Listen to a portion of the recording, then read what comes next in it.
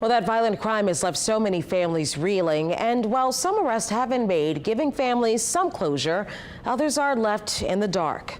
Well, that is the case for the family of Brian, Bradley, and Brandon Veal. An unbelievable story we told you about in Eyewitness News 1 year ago. 3 brothers murdered within 7 days of each other. Now, from the time of their murders in February of last year until today, the Metropolitan Crime Commission recorded nearly 300 more homicides, leaving the Veal brothers' father to wonder if he'll ever get justice in his son's brutal murders. Here's my special report, In the Dark, a family search for answers.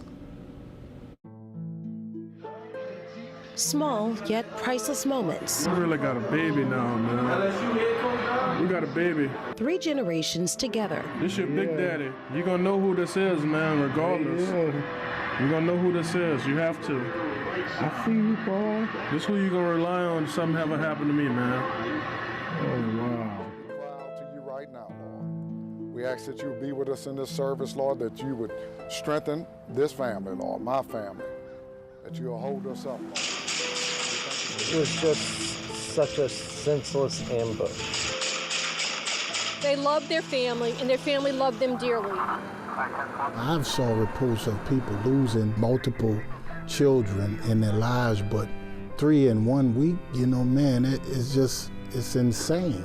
They were each other's best friends. We would not give up, we would not stop.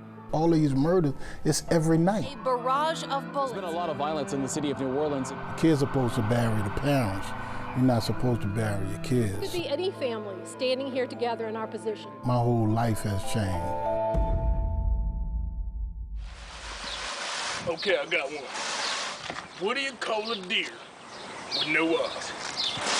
I don't know what you call a deer with no eyes. I have no idea.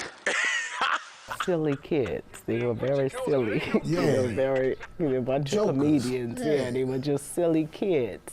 More than 1 year after losing Brandon, Brian, and Bradley Veal in 1 week, their family is still in the dark, both literally and figuratively. We're sitting here and we have you all in silhouettes because are you still living in some sort of fear? Or are you still kind of feeling like that you're in danger because this case hasn't been solved? Definitely, definitely. To know that whoever the perpetrators are still walking around doing whatever, and we have no idea who they could be or who they are. And while you haven't seen their faces, they've made sure their thoughts and voices are heard and seen. One of those voices is that of the boy's father, whose name we won't share. Every day is just a painful moment, so anybody experiencing, you know, death like that and then it being unsolved is a super unfairness.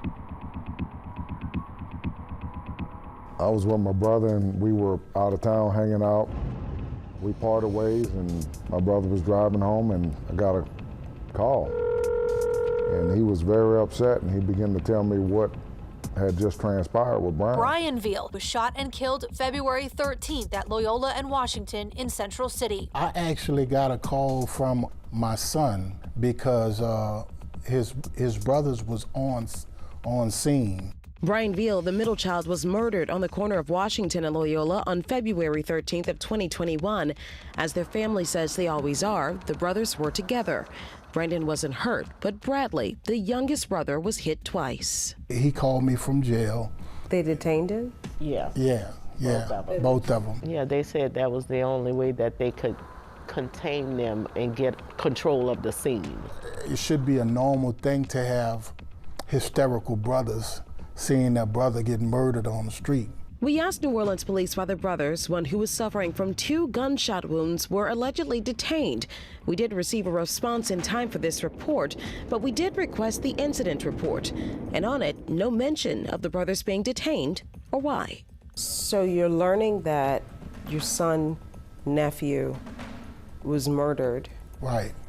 And your other 2 sons are in jail. So Right. Those are 2 things that hit you at one time. Right. They were walking down the street and they told me that the guys just picked on them. They noticed a car following them and they finally pulled up on them and then they started shooting out of the car. That's what he told me.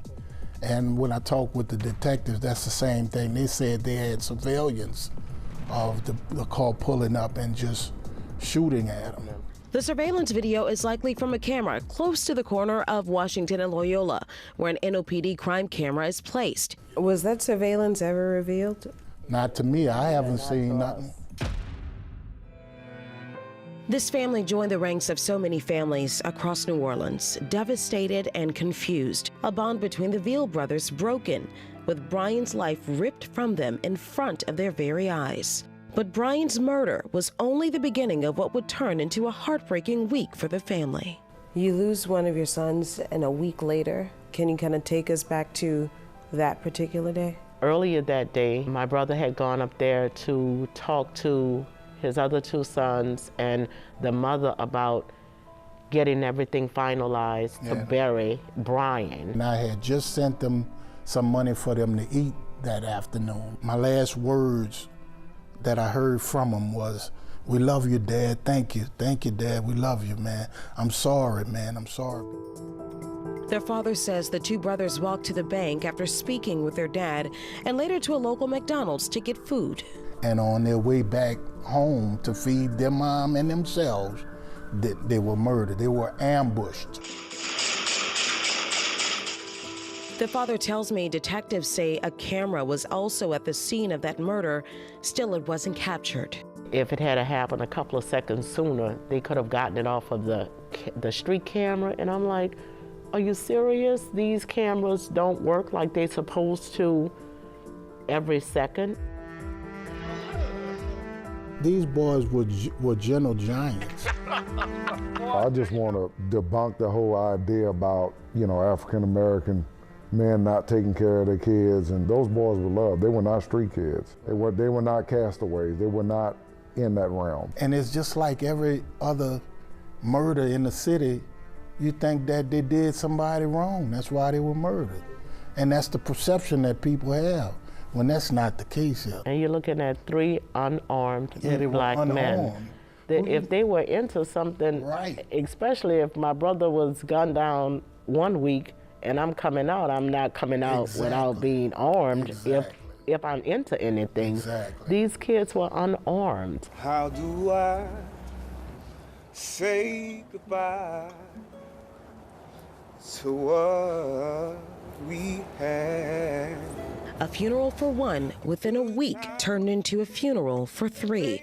One that wasn't highly publicized out of fear. We were very limited who we invited. I hired Jefferson Parish just to make sure that we didn't have any kind of incidents there.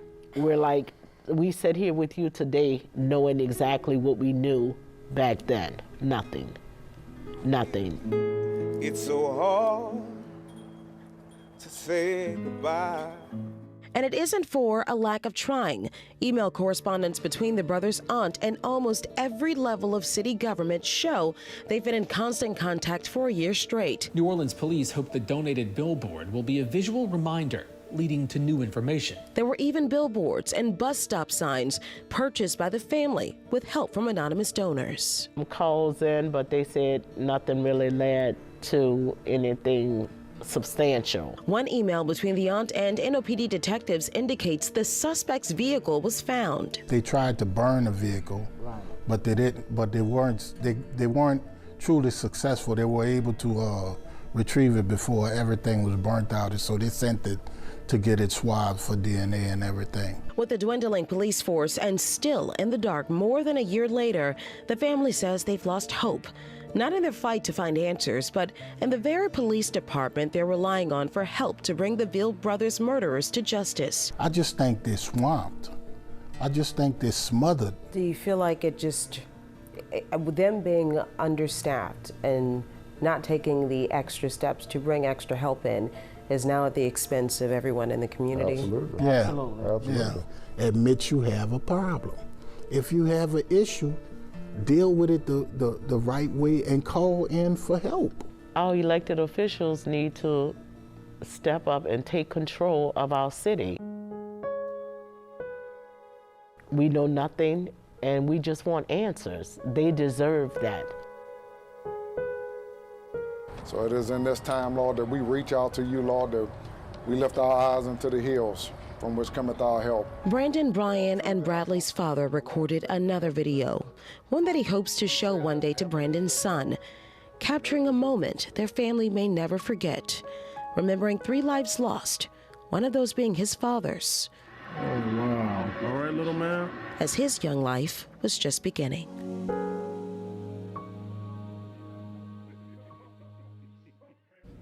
Well, the NOPD did get back to us with a few of those questions that we had about their investigation of this case. They confirmed that Brandon and Bradley were arrested after the shooting of their brother and booked with battery on a police officer, but they didn't go into detail about exactly what happened that evening. They also confirmed the vehicle used in the shooting of Brian Veal was found, and the suspects did attempt to set it on fire. DNA evidence was gathered and processed, but police say they still have no matches.